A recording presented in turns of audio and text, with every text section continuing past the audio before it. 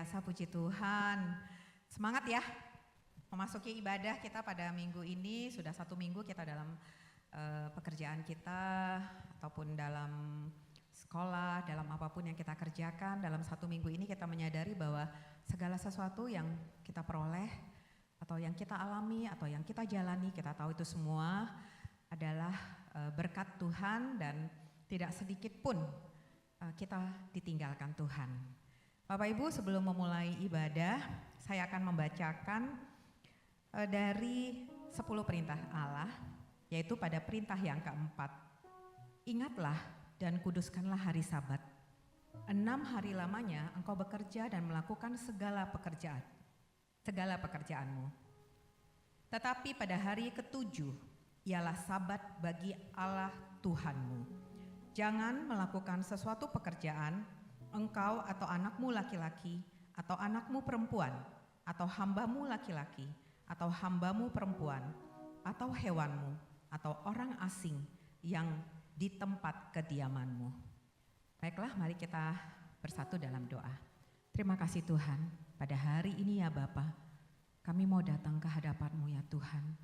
Kami mau melakukan Sabat-Mu ya Bapa. Kami mau meninggalkan segala pekerjaan kami, segala kesibukan kami, apapun Tuhan yang mengganggu dalam pikiran kami pada hari ini mau kami tinggalkan ya Bapa. Kami mau datang dan memberikan waktu kami kepadamu ya Tuhan pada hari ini, pada jam ini Tuhan. Biarlah ya Bapa, pikiran kami, hati kami, jiwa kami, boleh kami buka di hadapan-Mu. Kami mau bertemu dengan Engkau Allah kami. Kami mau bersekutu dengan Engkau ya Tuhan. Dan terlebih kami mau memuji-Mu Tuhan untuk semua berkat penyertaan-Mu. Kami tahu ya Bapa, tidak ada satupun dalam hidup kami yang dapat terjadi di luar kehendak-Mu Tuhan. Kami menyadari bahkan dalam penderitaan, dalam kesedihan, dalam kekecewaan, dalam sakit penyakit, dalam apapun juga yang kami alami Tuhan, kami tahu semuanya itu terjadi karena Tuhan akan memberikan yang terbaik dalam hidup kami. Sekalipun mungkin kami tidak dapat memahami segala sesuatu, tapi kami mau beriman kepadamu Tuhan. Bapa, inilah kami ya Bapa.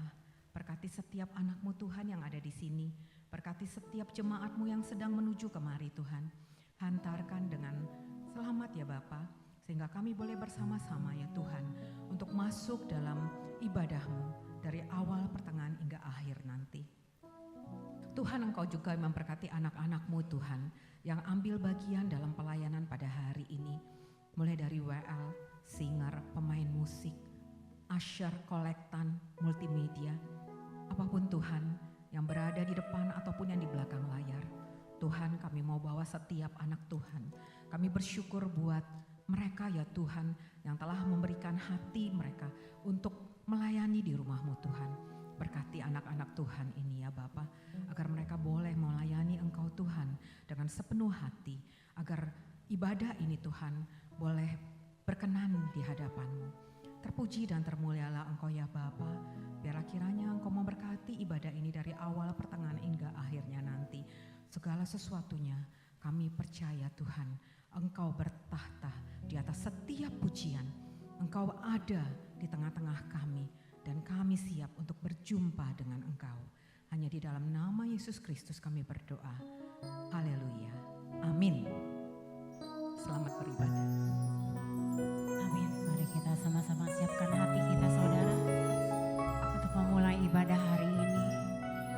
Kita akan rasakan hadirat Tuhan pada pagi hari ini. Terima kasih Yesus.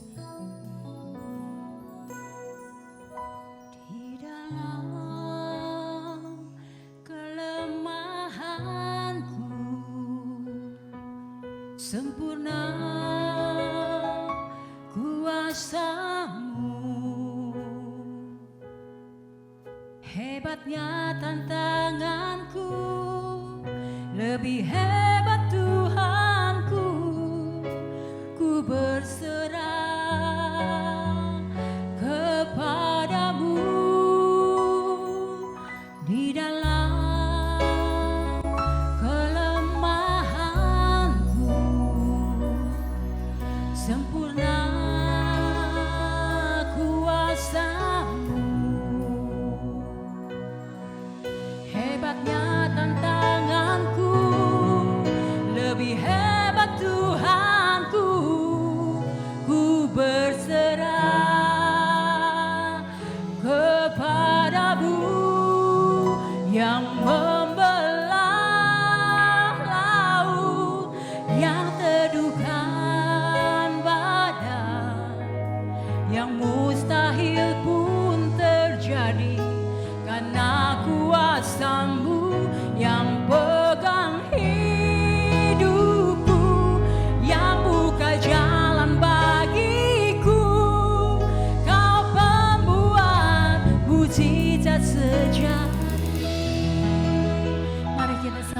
naikkan pujian ini dengan iman.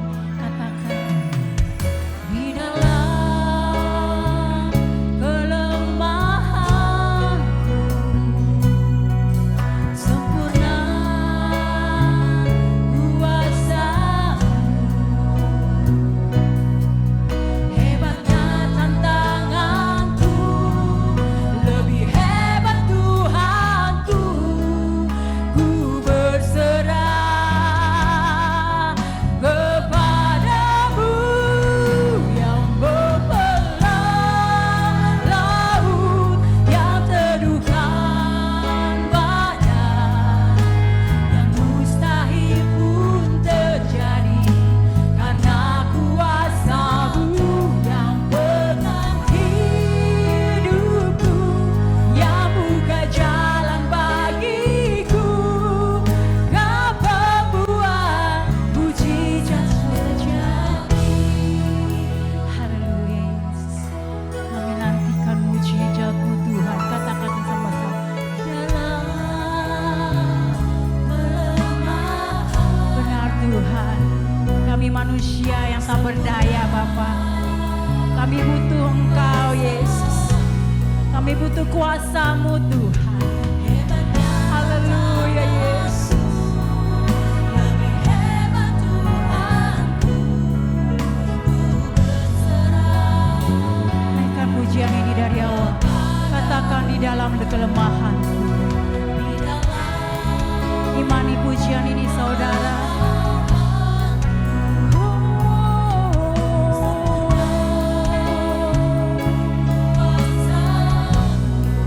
Hebatnya lebih hebat Tuhanku. Ku berserah kepadamu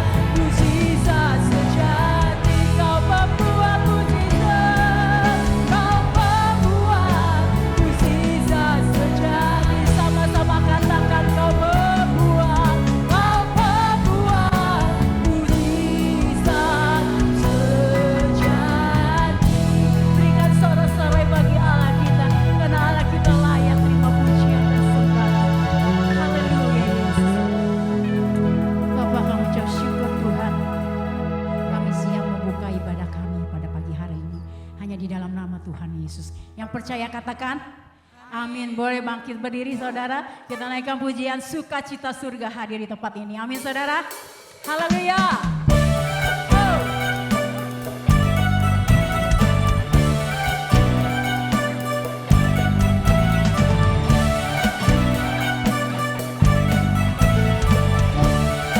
Sama-sama naikkan pujian. Masuk sukacita surga, itulah kekuatan bagi jiwa. Dapat rasakan kasih-Nya di tengah badai.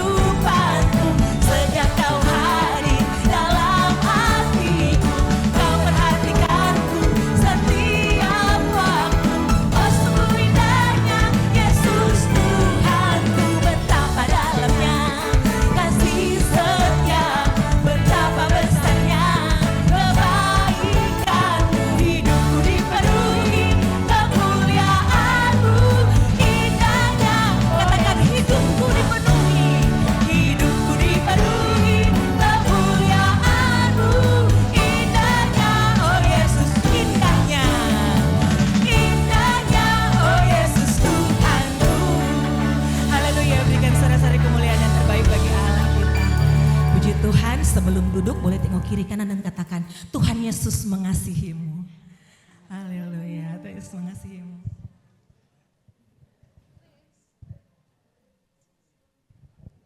Kita akan siapkan persembahan bagi yang bertugas, dipersilakan.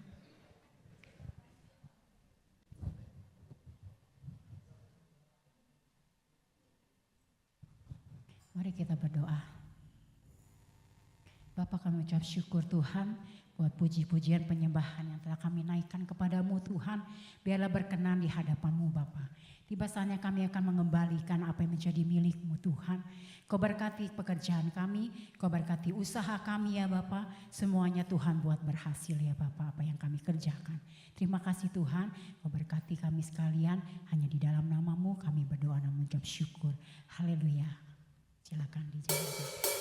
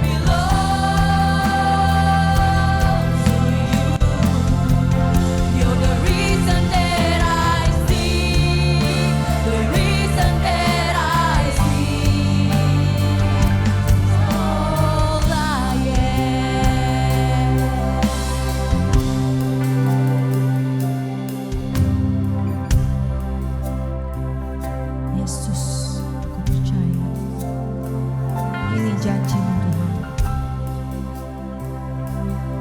Yesus, aku percaya Tuhan. Yesus, aku percaya. Yesus, aku milik-Mu. Ku hidup karena-Mu, hanya untuk-Mu. Yesus, aku percaya.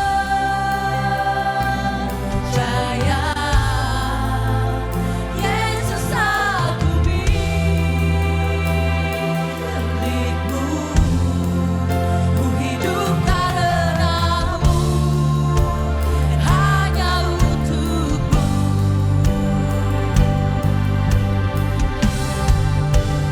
Yesus, aku percaya.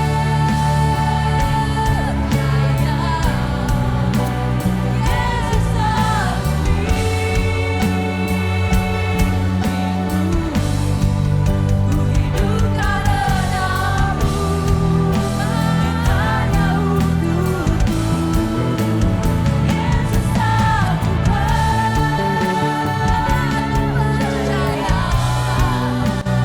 Yesus, aku milik-Mu. Ku hidup karena-Mu, hanya untuk-Mu. Hidup karena-Mu, hanya untuk-Mu. Ku hidup karena-Mu, hanya untuk-Mu.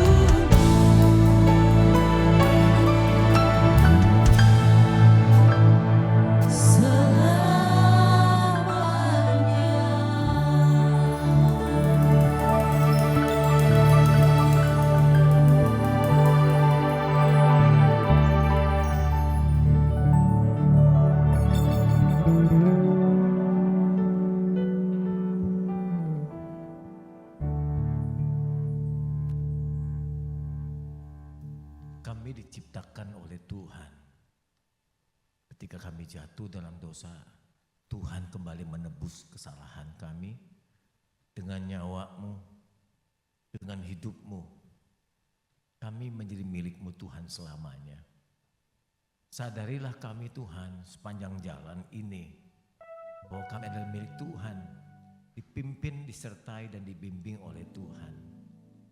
Kiranya sepanjang perjalanan kami menyukakan hati Tuhan.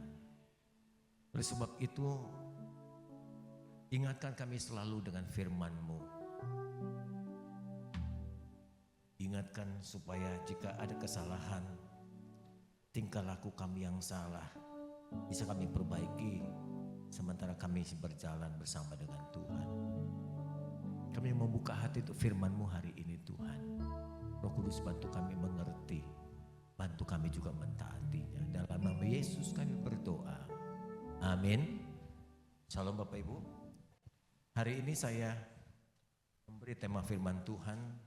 Mari kita menghitung sudah sejauh mana perjalanan hidup kita.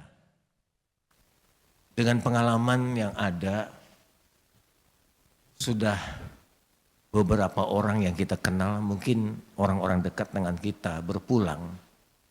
Harusnya kita yang masih ada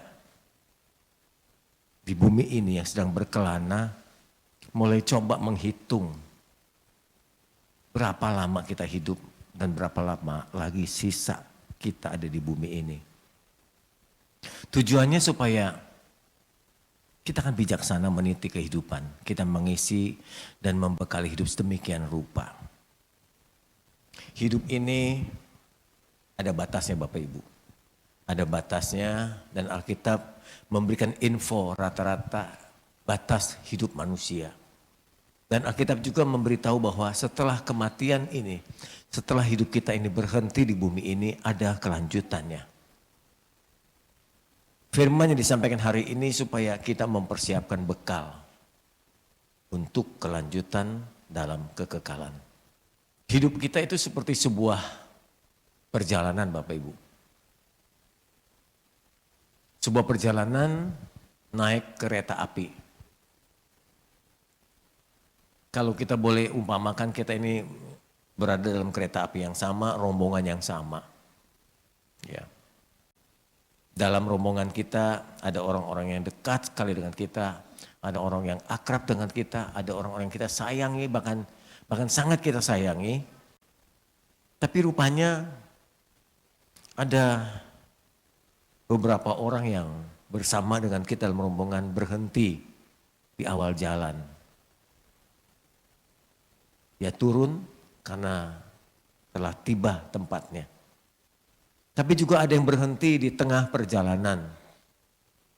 Biasanya kereta itu memberitahukan wilayah atau kota apa yang akan disinggahi ke depan.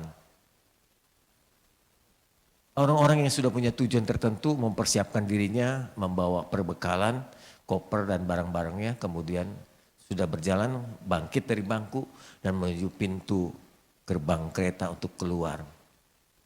Ada juga yang sudah berjalan sampai di ujung jalan belum turun juga. Belum turun. Sudah sampai di ujung jalan belum turun juga dan tidak berhenti. Budak kali ya. Budak udah dikasih tahu tapi nggak dengar gitu. Atau yang kedua tertidur. Perjalanan itu kadang-kadang perjalanan hidup itu memang menyenangkan sampai orang tertidur. Mestinya sih kalau saya, setelah saya lihat kota tertentu, beberapa kali naik kereta, habis ini kota apa begitu, saya siapkan diri. Saya siapkan koper, turunkan semuanya. Ya, ketika mendekati, info diberikan, saya keluar dari bangku dan menuju lorong dan menuju gerbang turun. Alkitab memberitahukan tempat perhentian kita terakhir, yaitu pada saat kita berusia kurang lebih 80 tahun. Firman-Nya berkata, masa hidup kami 70 tahun. Jika kami kuat 80 tahun. Dan di dalam usia seperti itu gak ada kebanggaan kecuali penderitaan, kemerosotan, kelayuan hidup. Lalu kemudian berlalunya buru-buru, kemudian melayang lenyap dan hilang. Alkitab memberikan info ini kepada kita. Paling tidak dengan info ini kita semua sadar. Paling banter kita berusia 80 tahun. Rata-rata ya, mungkin ada yang 90. Kemarin ibu dari teman saya, Pak Yusuf Gunawan, umurnya 103. Tapi kalau umur Tionghoa jadi 105. Ada orang-orang yang memang berusia panjang. Ya mungkin karena genetik, karena perawatan yang baik, karena kesejahteraan hidup. Tapi rata-rata manusia berusia 80 tahun. Saya coba melihat di Google, manusia Indonesia dulu sebelum banyak kemajuan medis itu 56, sekarang naik lagi. Rata-rata hidup manusia Indonesia itu 60 sampai 70 tahun. Atau orang-orang Jepang itu berusia sampai 85 tahun, rata-rata ya. Orang-orang di Afrika itu 50 tahun. Saya cari tahu kenapa sih begitu. Salah satu penyebabnya adalah kesejahteraan. Jadi makin sejahtera hidup seseorang, makin sejahtera hidup di negara itu atau negara itu makin makmur, umur masyarakatnya itu lebih panjang. Andaikan, saya cuma bilang andai ya. Andaikan saudara tahu atau diberitahu datang malaikat kepada saudara atau Tuhan berbicara langsung atau Anda punya naluri tajam bahwa hidup saudara sisa besok atau lusa. Andaikan hidup saudara sisa besok atau lusa, kira-kira apa yang akan Anda buat? Apa yang Anda buat?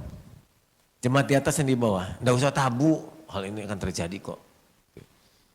Kalau sisa umurmu tinggal besok atau lusa, kira-kira hari ini Anda akan buat apa? Hah? Kurang jelas apa? Ya siapkan dirinya apa begitu? Siap begitu? Bukan kan? Ya namanya siapkan diri itu gimana? Jelasnya gimana? Berbuat baik, kasih wasiat, Wah hartanya banyak nih Pak Tio ini kelihatannya nih. Liana, Tio ini kalian diam-diam punya karung bukan karun ya, karung. Bikin wasiat. Serahkan deposito. Cairkan, lalu dikemanain? Oh gitu. Buat modal ya. Cairkan deposito. Beritahu sama istri. Mah, ini saya punya tabungan di sini nih. Ini punya ini. Jangan diam. Nanti kasihan yang hidup. Ada satu pendeta, perempuan sebenarnya sih. Ketika dia meninggal, kan dibereskan tempat tidurnya. Wah, di bawah tempat tidur emas melulu. Emas, dolar. Dia nggak taruh di bank, dia taruh di bawah tempat tidur, di bawah kasur. Untung yang buka anaknya. Tapi kalau yang buka orang lain, liang. Liang tahu liang. Hilang Bapak Ibu. Banyak banget. Jadi tiap kali ada uang dia beli emas, dia taruh di bawah kasur. Ya pendeta ini sudah tua waktu meninggal, saya kenal baik. Saya sering khotbah di gereja itu. Diberitahu deposito di mana, tanah Anda beli di mana, ya. Kemudian punya simpenan di mana gitu. Diberitahu. Lalu apa lagi? Jangan pikir bahwa Anda masih lama loh. Kalau kita tahu hari besok dan lusa adalah hari terakhir kita. Hari ini pasti pembenahan. Sebesar-besarnya. Sayangnya saudara nggak tahu. Sayangnya saudara dan saya nggak tahu. Itu mengejutkan. Itu mengejutkan Anda. Mana lebih baik kalau suruh pilih? Diberitahu atau tidak? Tidak diberitahu. Coba yang tidak mau diberitahu angkat tangan. Terus lapor sama malaikat. Oke. Nah sekarang siapa yang mau diberitahu? Ya banyak juga. Tahun lagi malah kecepatan. Maksud saya dengan pertanyaan ini harusnya kita sadari bahwa kematian menjadi sahabat, menjadi teman kita. Kita mesti berkawan dengan kematian. Kalau kematian tidak akan lari dari kita, atau dengan kata lainnya, semua pasti mengalaminya, mestinya Anda dan saya perlu persiapan. Jangan tutup mata. Makanya khotbah hari ini menyadarkan saudara, mari berhitung. Mari menghitung berapa lagi sisa umurmu. Jangan belagak nggak tahu, jangan pura-pura menutup mata, jangan pura-pura tidak mau mendengar. Nanti mengejutkanmu dan rugi sendiri. Ada cerita ini saya dapatkan ketika ada seorang konglomerat meninggal, saya datang. Kebetulan saya khotbah di perusahaan anaknya, jadi saya diberitahu oleh anaknya, papa meninggal. Saya datang, ada cerita ini.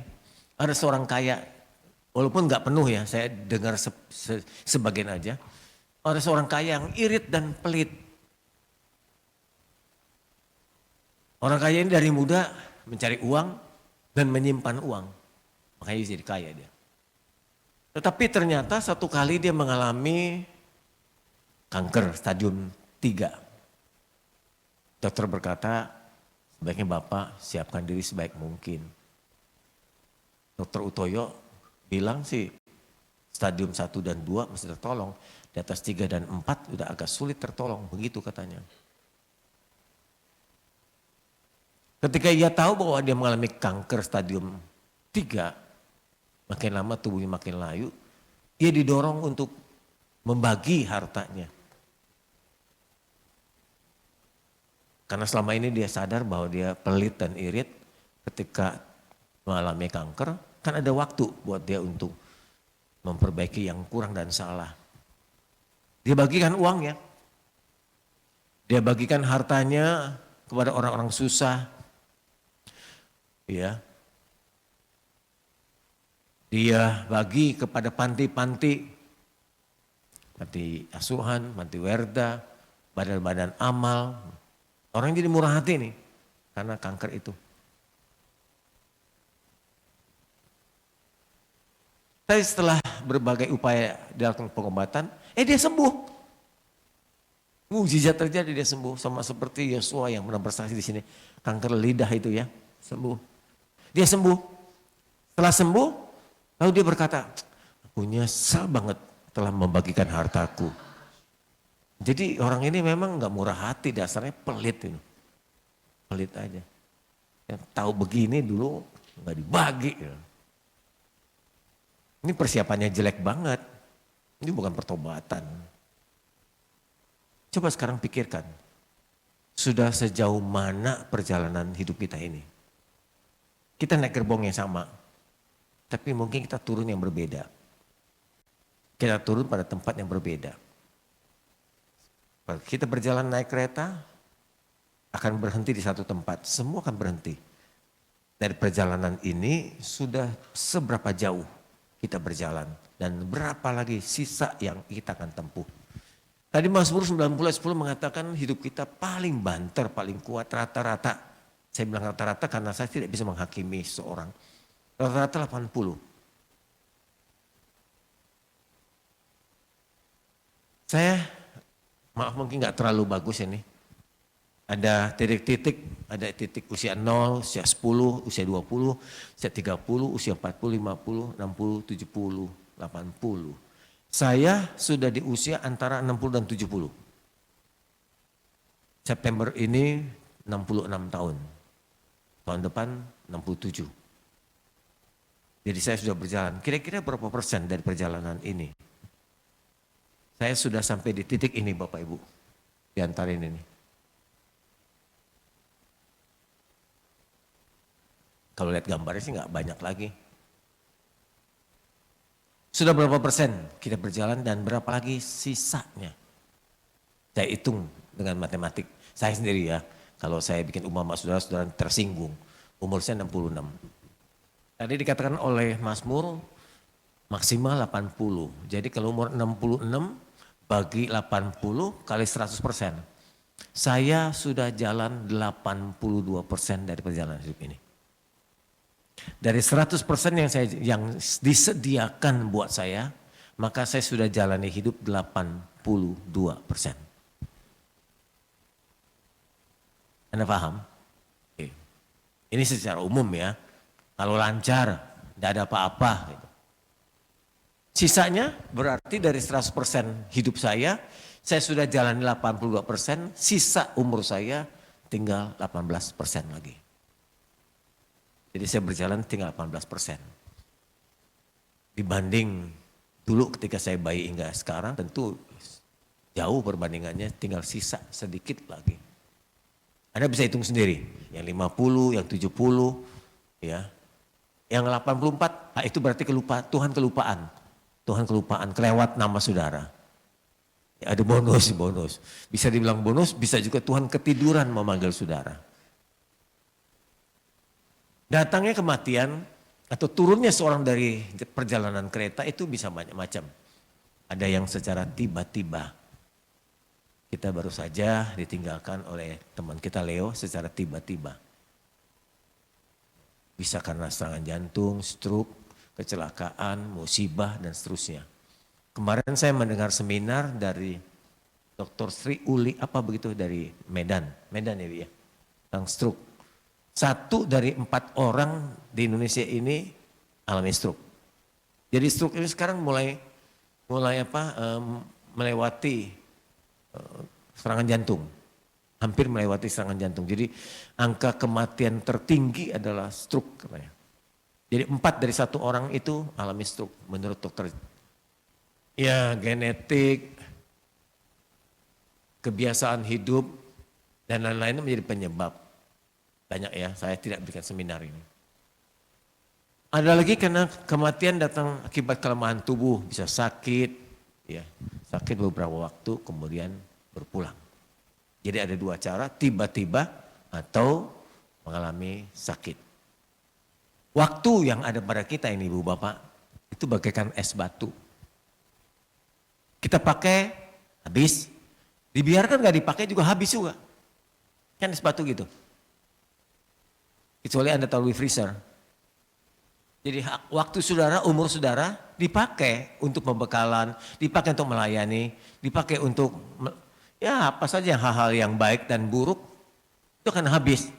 Tapi dibiarkan saja, Anda nggak buat apa-apa, pasif jadi jemaat pasif, jadi orang pasif, juga habis juga waktu. Kalau selama ini Anda nggak pernah buat apa-apa dalam hidup, ya hidup akan habis dan aku akan menyesal. Hidup di dunia ini sebenarnya kesempatan. Tuhan beri kesempatan untuk kita berbuat sesuatu. Kita sudah dengar khotbah yang lalu, Tuhan memberikan perintah kepada manusia sejak awal, kuasai dan taklukkanlah bumi ini, itu mewakili seluruh kegiatan kita. Jadi es batu itu dipakai ya berguna. Tapi kalau nggak dipakai ya nggak berguna, tetap ya sama-sama habis umur kita. Habis, dibiarkan habis, dipakai habis. Tapi kalau dipakai ada gunanya, ada dampaknya. Ada istilah mengatakan gajah meninggalkan gading, ya, harimau meninggalkan belang. Jadi harapan saya sih dengan berpulangnya kita nanti, saya bilang kita bukan saya, bukan saudara. Orang terkesan dengan hidup saudara. Orang yang berkata itu waktu hidupnya, itu sangat memberkati saya, menolong saya, banyak membantu saya, banyak membangun saya, banyak menasihati saya dan seterusnya. Waktu atau umur kita ini harus dimanfaatkan. Supaya ada gunanya. Pemanfaatan waktu itu sebagai bekal sebetulnya. Mau langsung atau tidak langsung Anda menggunakan waktu dan umur saudara, saudara sedang membekali diri. Tapi kalau tadi Cynthia berkata mempersiapkan diri, maksudnya ke sini. Bekali diri. Kan perjalanan kita ini bukan cuma di sini, ada kelanjutannya. Jadi mestinya ada persiapan. Sama seperti Anda kalau pergi ke satu kota atau ke negeri orang, perlu persiapan. Kurang lebih ilustrasinya begini. Siapkan koper, isi barang-barang yang diperlukan. Yang diperlukan di perjalanan, yang diperlukan di tempat yang baru itu. Nah bekal itu sebetulnya nanti jadi pertanggungan jawab kita sama Tuhan. Jadi bekal itu pertanggung jawab. Kita kan sudah membaca bahwa setiap orang akan menghadapi pengadilan Tuhan. Dan akan menerima upah dari perbuatan kita baik atau tidak baik. Jadi bekal itu pertanggungan jawab kita. Tidak ada yang bisa bela loh Bapak Ibu. Nggak ada yang bisa bela, kita akan berhadapan dengan Tuhan sendiri-sendiri. Gembala sidang pun ada di belakang. Kalau kebetulan gembala sidang yang pulang duluan ya gembala sidang yang dihadapi dengan pengadilan Tuhan. Dan jemaat masing-masing menghadap Tuhan. Saudara yang akan menjawab dari pertanyaan-pertanyaan pengadilan Tuhan itu.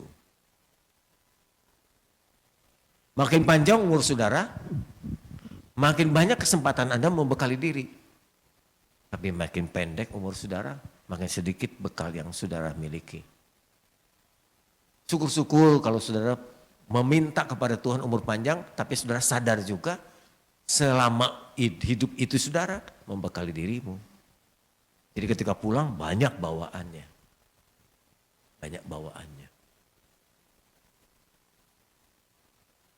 Pembekalan hidup kita itu gimana sih? Saya berulang-ulang ungkapkan ini karena ini penting. Langkah pertama yang harus Anda lakukan adalah pemberesan. Jadi sebelum pulang baiknya beres semua. Dengan kata beres, mati pun lega. Dr. Yonatan menulis dalam bukunya, Masalah Hidup. Salah satu gunanya pemberesan itu lega pulangnya. Lega. Anda sering kan temukan, saya enggak lakukan penelitian. Tapi beberapa orang saya temukan gelisah banget gitu kalau mau pulang. Gelisah, susah banget gitu. Salah satunya mungkin karena belum beres. Belum beres. Pemberesan dengan siapa? Anda sudah pernah dengar kan ceramah ini, khotbah ini. Di ruang duka selalu saya sampaikan. Pertama dengan Tuhan. Bikin pemberesan dengan Tuhan secepatnya. Kalau bisa dari sekarang. Jangan tunggu di ICU. Jangan tunggu di ICU, nanti Anda nggak sadar lagi di ICU. Dalam keadaan kesadaran penuh sekarang ini, Anda lakukan pemberesan dengan Tuhan. Ini disebut dengan pertobatan.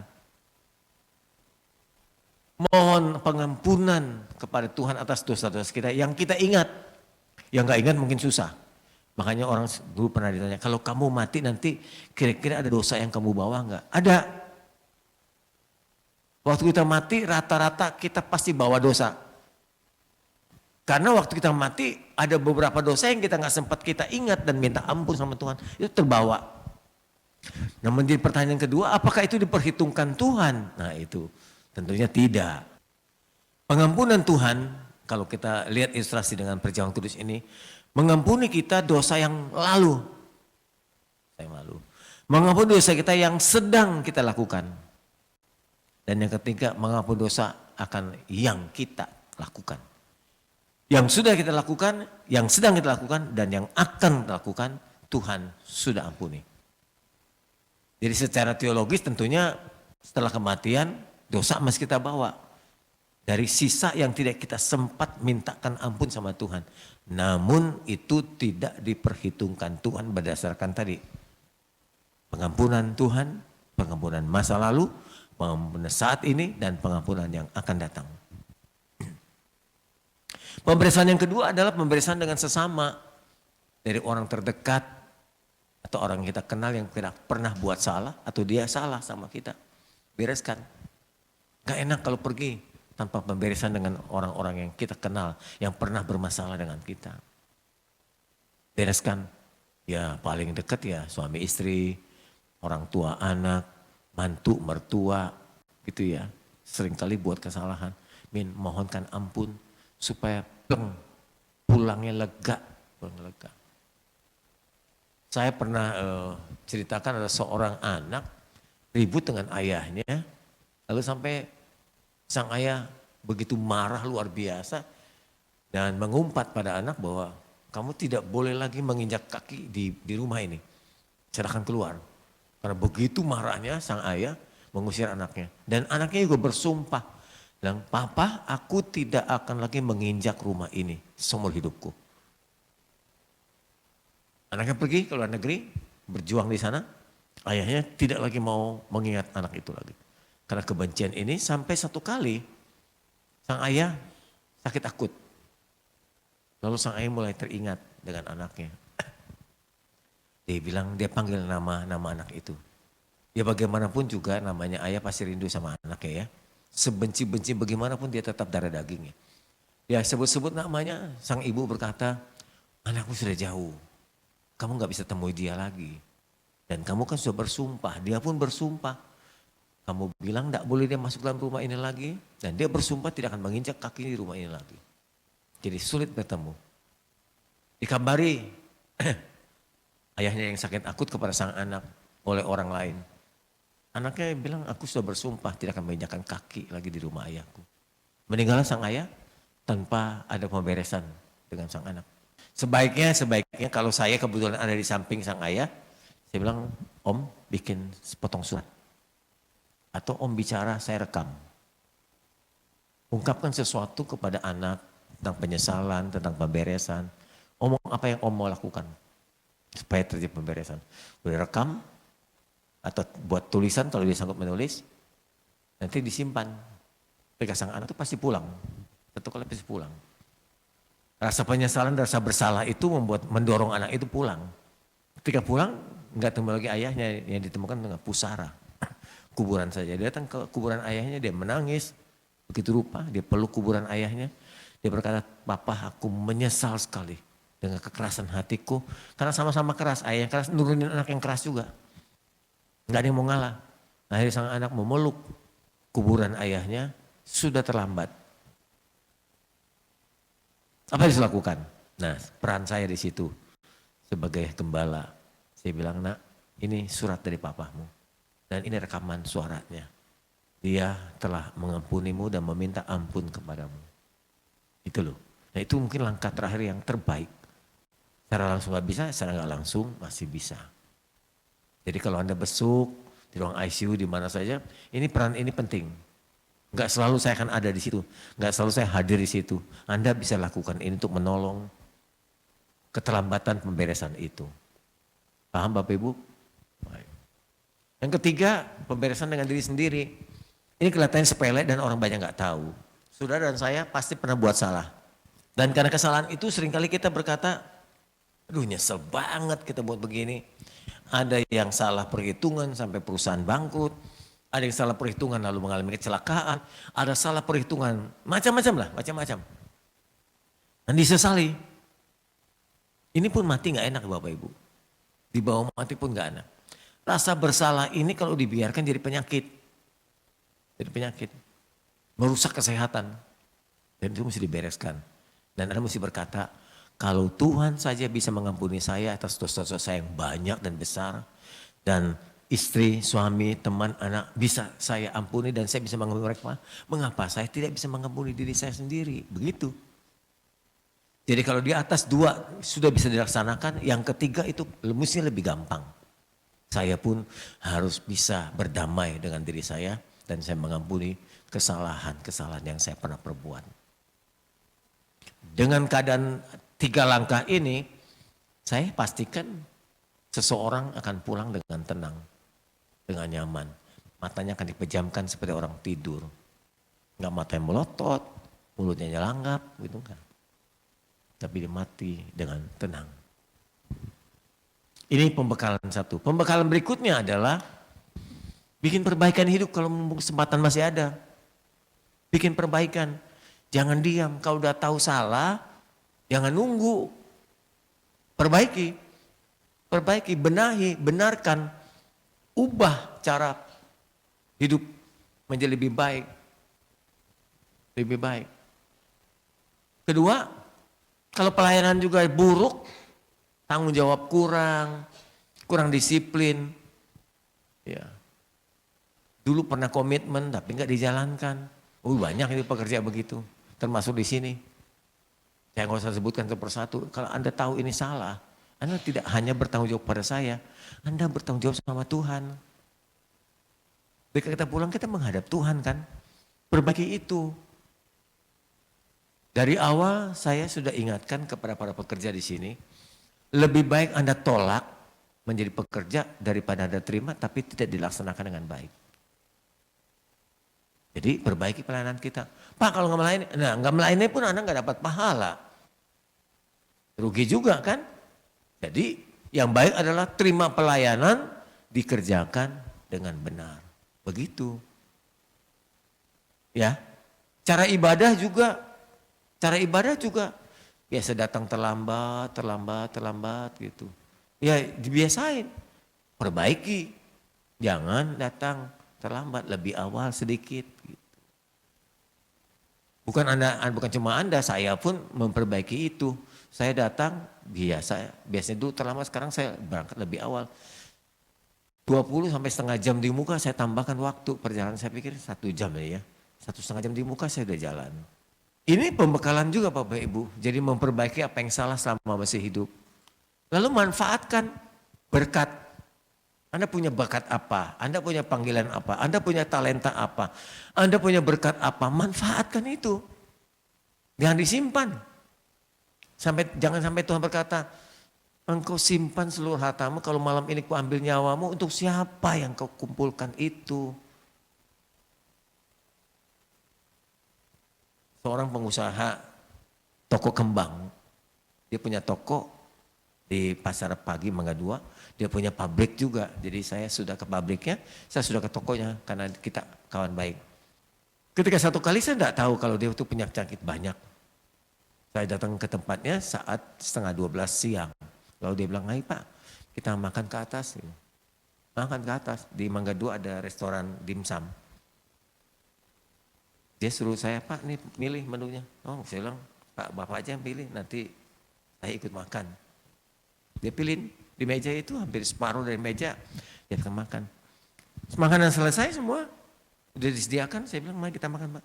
Bapak sama dia makan. Loh Bapak enggak, saya dilarang dokter. Siapa yang salah? Dokter Sinta katanya gitu. Ini enggak boleh, Uli nanti pulang dari Toronto juga, ini enggak boleh.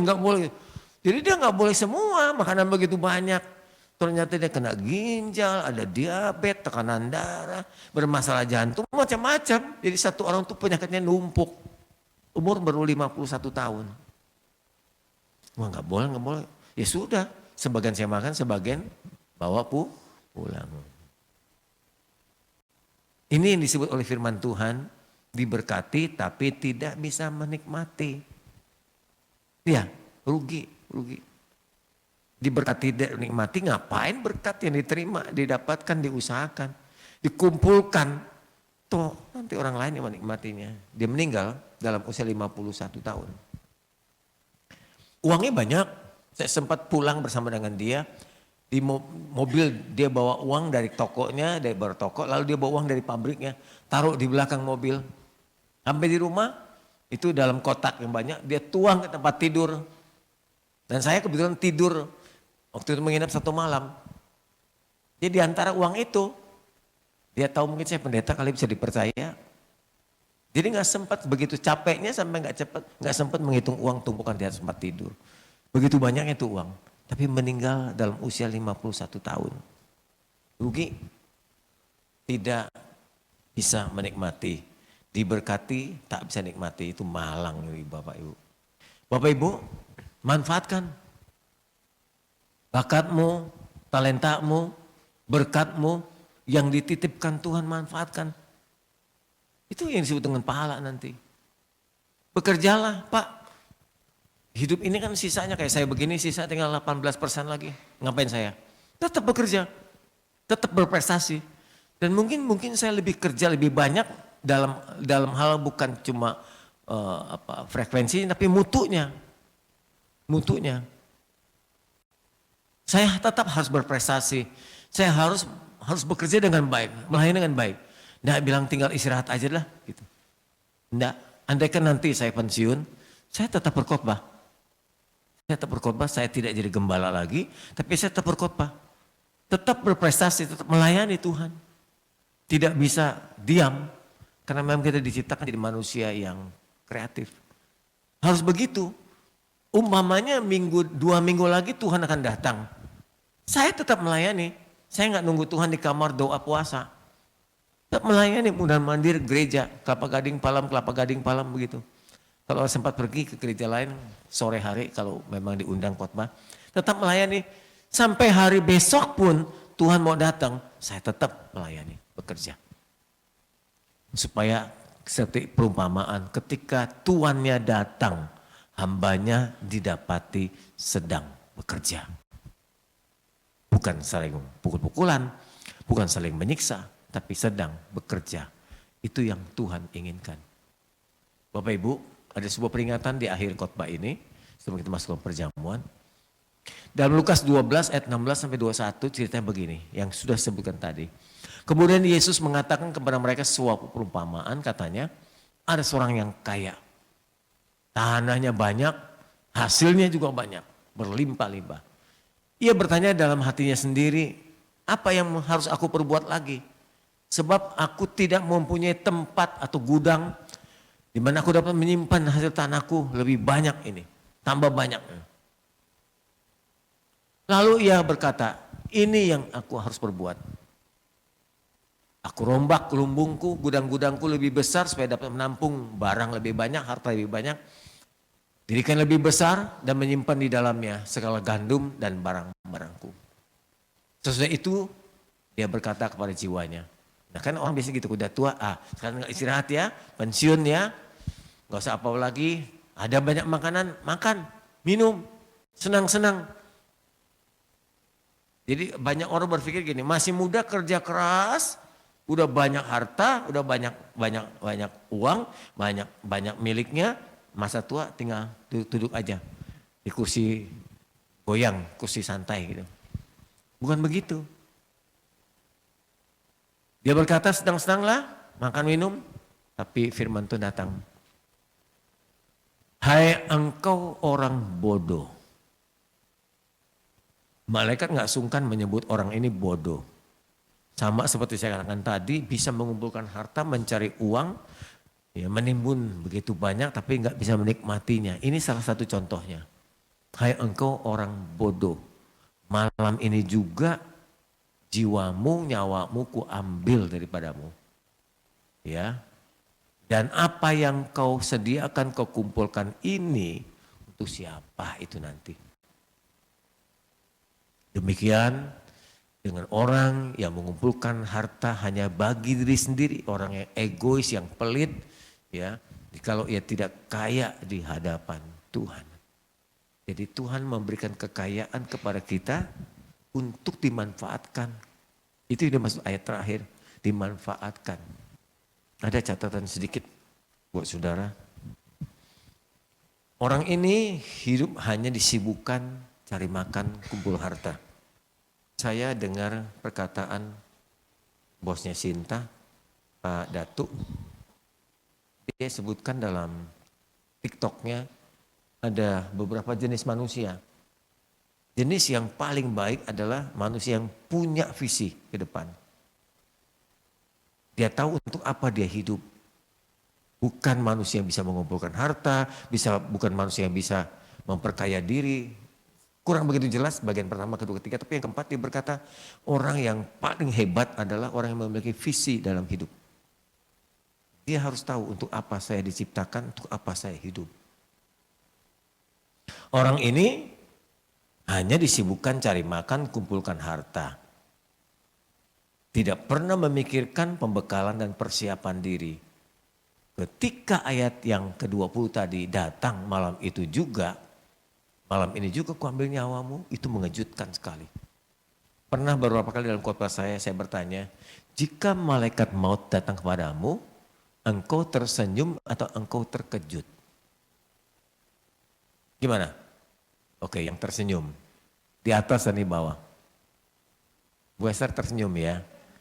Pak Didi tersenyum ya. Iya Pak Didi sudah 80 lebih tersenyum. Ini yang muda-muda tersenyum nggak nih kalau Tuhan panggil? Pak Didi udah tersenyum. Apalagi sang istri udah pulang duluan. Biasanya kalau suami ya istri sudah hidup lama, pasangan sudah pergi, setengah hatinya itu ikut pergi. Setengah hatinya sudah ikut pergi. Setengah jiwaku sudah pergi. Gitu. Pak Didi tersenyum. Jika malam ini juga diambil nyawa kita sama terkejut dengan orang kaya yang bodoh itu. Selama hidup nggak pernah pikirkan sudah seberapa jauh kita jalan, kita nggak pernah pikirkan sisa berapa persen lagi hidup kita. Jangan pura-pura tidak dengar, jangan pura-pura tidak tahu. Sekalipun kematian dan misteri, tapi satu kali kita pasti pulang. Adalah bijaksana kalau dari sekarang kita sudah mulai memperhitungkan, udah oret-oret. Kayak saya tadi umur 66, 82% sudah perjalanan saya. Sisanya 18% lagi. Mau saya buat apa ya dengan 18% gitu. Ya, itu lebih bijaksana. Mari kita tunduk kepala, kita berdoa.